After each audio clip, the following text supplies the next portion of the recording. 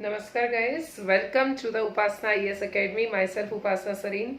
Guys, आज की इस वीडियो में हम लोग सीएजी के बारे में देखेंगे। सीएजी हमारे वनडे कॉम्पिटिटिव एग्जाम, हमारे सिविल सर्विसेज का एग्जाम, प्रीलिम्स का एग्जाम, हर एग्जाम के लिए ये मोस्ट इंपॉर्टेंट है, क्योंकि अभी रिसेंटली जो सीएजी के चेयरमैन है वो चेयरमैन चेंज हुए हैं और अब जो चेयरमैन बने हैं वो बने हैं जी.सी. मुर्मू। ठीक है, जी.सी. मुर्मू, गिरीश चंद्र मुर्मू, ये बने हैं हमारे अब आज के सीएजी। ठीक है, सीएजी के अध्यक्ष। अब बात करते हैं सीएजी के ओवरऑल एस्पेक्ट पे। तो सीएजी का फुल फॉर्म क्या है? सी का मतलब controller, auditor, controller and auditor general of India.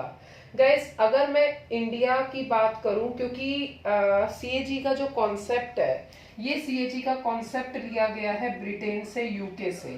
ठीक है, सीएजी का कॉन्सेप्ट लिया है यूके से, परंतु हमारी इंडिया में अगर बात की जाए तो इंडिया ने सीएजी का नाम ऐसे का ऐसे ही ले लिया है, बट जो एक्चुअल में इंडिया में सीएजी का वर्क है वो एज अ ऑडिटर है। ठीक है, बट ब्रिटेन में ये कंट्रोलर की तरह भी काम करता है। जैसे फॉर एग्जांपल के लिए सीएजी के सबसे पहले हम फंक्शन को समझते हैं, कैसे सीएजी काम करता है। ठीक है, तो आपको पता चल जाएगा कि हमने जो कैग का नाम है ये एज अ एक तरह से हम लोगों ने एक शो पीस की तरह लिया है, बट एक्चुअल में इंडिया में ये ऑडिटर जनरल है, परंतु ब्रिटेन से पूरा नाम लिया हुआ है तो क्या बोला जाता है? सीएजी। ठीक है, controller and auditor general of India.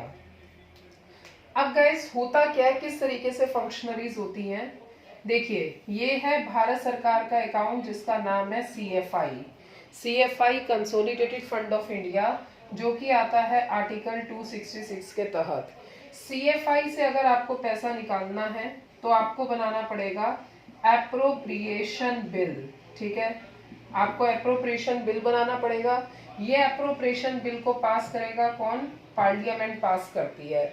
याद रखिएगा, एप्रोप्रिएशन बिल को पास करना है पार्लियामेंट। या पेपर में क्वेश्चन आए कि अगर भारत सरकार के अकाउंट से कुछ भी मनी विड्रॉ करनी है तो सिंपल सी बात है, पार्लियामेंट पास करेगी। सीएफआई से पैसा निकलता है, एक साल के बाद सीएजी उसका ऑडिट करता है, कैग ऑडिट करता है। सीएजी ऑडिट करके मतलब अपनी रिपोर्ट बनाता है। सीएजी एक्चुअल में 3 रिपोर्ट्स बनाता है। तो गाइज, आप लोग लिख सकते हैं सीएजी की रिपोर्ट्स कौन कौन सी हैं। सबसे पहली रिपोर्ट है रिपोर्ट ऑन एप्रोप्रिएशन बिल। ठीक है, एक तो रिपोर्ट होती है एप्रोप्रिएशन बिल पे, दूसरी होती है रिपोर्ट ऑफ फाइनेंशियल बिल। ठीक है, तीसरी होती है, फाइनेंशियल बिल का मतलब है ये आपका एनुअल फाइनेंशियल स्टेटमेंट। तीसरी होती है पब्लिक सेक्टर की। ठीक है, पब्लिक सेक्टर एंटरप्राइजेस। तो सीएजी जो है 3 तरह की रिपोर्ट बनाता है। सबसे पहली रिपोर्ट ऑन एप्रोप्रिएशन बिल, दूसरी है रिपोर्ट ऑन फाइनेंशियल बिल, और तीसरा है report of public sector enterprises. तो सीएजी इस तरीके से 3 रिपोर्ट्स बनाता है।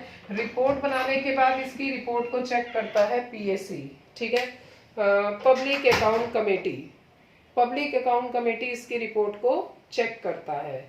अब पब्लिक अकाउंट कमेटी जब इसकी रिपोर्ट को चेक करता है तो सिंपल सी बात है, पीएसी। अब कई बच्चों का क्वेश्चन होगा कि मैडम पीएसी की फुल फॉर्म क्या है? पीएसी की फुल फॉर्म है पब्लिक अकाउंट कमेटी, और पीएसी का मुख्य काम है कि सीएजी की रिपोर्ट को चेक करना। ठीक है, और पीएसी को कहा जाता है एक तरह से फ्रेंड और फिलोसफर ऑफ सीएजी। ये क्वेश्चन हमारे एसएससी के पेपर में आ चुका है। ठीक है, now the next thing is, PAC के बाद रिपोर्ट पहुंच जाती है पार्लियामेंट के पास। पार्लियामेंट क्या करता है? इस रिपोर्ट को चेक करता है। चेक करने के बाद ये रिपोर्ट पहुंच जाती है अल्टीमेटली प्रेसिडेंट ऑफ इंडिया के पास, और प्रेसिडेंट ऑफ इंडिया से ये रिपोर्ट सिग्नेचर होती है। सिग्नेचर होने के बाद इस रिपोर्ट को पब्लिश किया जाता है गैजेटे ऑफ इंडिया।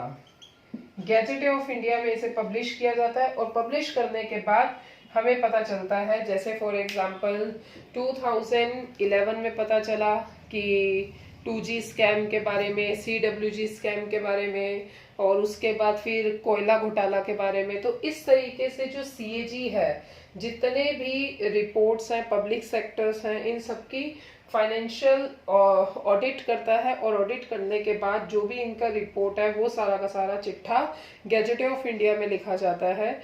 और गाइस, जो आप पढ़ते हैं न्यूज़पेपर में स्कैम्स वगैरह, उन सब के बारे में पब्लिकेशन भी इसी के अंदर ही लिखा जाता है। तो इस तरीके से सीएजी अपना काम करता है, और इस तरीके से हमें पता चलता है कि सीएजी किस तरीके से ऑडिट करके हमें पता चलता है स्कैम्स के बारे में। But now the next thing is, paper के व्यू से आता है इम्पोर्टेंट, सीएजी की ड्यूटी क्या है।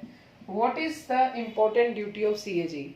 गाइस, ये सेक्शन इम्पोर्टेंट है, यहाँ से हमारे पेपर में क्वेश्चन आता ही आता है। अब ड्यूटीज की बात करें तो सबसे पहली ड्यूटी है सेंटर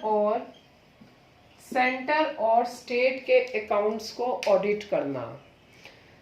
सीएजी के फंक्शन की बात करें, सेंटर और स्टेट के अकाउंट को ऑडिट करने का मतलब है केंद्र सरकार की जो भी कंपनीज हैं, केंद्र सरकार के जो भी अकाउंट्स हैं, केंद्र सरकार का एप्रोप्रिएशन बिल है, पार्लियामेंट से पैसा निकला है, या राज्य सरकार का स्टेट लेजिस्लेचर फंड से पैसा निकला है, या कंसोलिडेटेड फंड ऑफ स्टेट से पैसा निकला है, वो सब का सब चेक करता है सीएजी। ठीक है। इसके अलावा जो भी पीएसयूज है, पीएसयूज में क्या, जैसे ट्रेडिंग अकाउंट हो गया, ठीक है, जो बच्चे कॉमर्स के हैं वो समझ रहे होंगे, प्रॉफिट एंड लॉस अकाउंट है, बैलेंस शीट है, ठीक है, ये सब अकाउंट्स वाले बच्चे अकाउंट्स में बनाया जाता है। तो trading account, profit and loss account, balance sheet, ये सब बनाता है सीएजी। तो सीएजी की ड्यूटी क्या है, सेंट्रल गवर्नमेंट के अकाउंट्स को ऑडिट करना, स्टेट गवर्नमेंट के अकाउंट्स को ऑडिट करना, पीएसयू के trading account, profit and loss, balance sheet को करना, या फिर कोई भी कंपनी जिसको भारत सरकार ने पैसा दिया है उसको ऑडिट करने का काम सीएजी का होता है। और इसी के साथ साथ सीएजी जो भी एप्रोप्रिएशन बिल्स होते हैं सेंट्रल स्टेट के, उनको भी ऑडिट करता है, फाइनेंशियल बिल को भी ऑडिट करता है, और इस तरीके से सीएजी 3 रिपोर्ट को बनाता है। अब उसके बाद बात करते हैं, there are some fact about the CAG. तो गाइस, सीएजी के फैक्ट की बात की जाए तो सीएजी के जो चेयरमैन हैं आज जीसी मुर्मू हैं, गिरीश चंद्र मुर्मू, आईएएस ऑफिसर रह चुके हैं ये।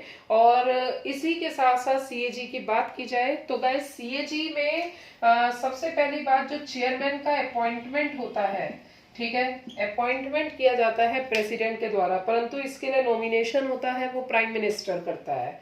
ठीक है। और सीएजी को अगर रिमूव करना है तो वो रिमूवल का प्रोसेस होता है इम्पीचमेंट प्रोसेस के द्वारा, और रिमूवल भी किया जाता है प्रेसिडेंट के द्वारा। Is it clear?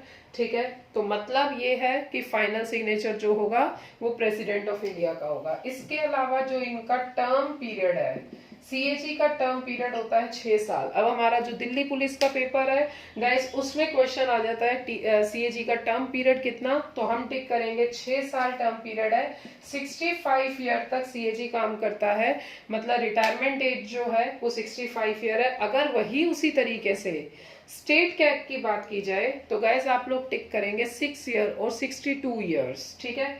सीएजी का जो सैलरी होता है ये सुप्रीम कोर्ट के जज के इक्वल होता है। सुप्रीम कोर्ट के जज के इक्वल सैलरी का मतलब ये है कि आज सुप्रीम कोर्ट के जज की सैलरी है 2.5 लाख रुपया, सीएजी की सैलरी है 2.5 लाख रुपया। ठीक है। तो सीएजी से रिलेटेड ये इंपॉर्टेंट चीजें हैं।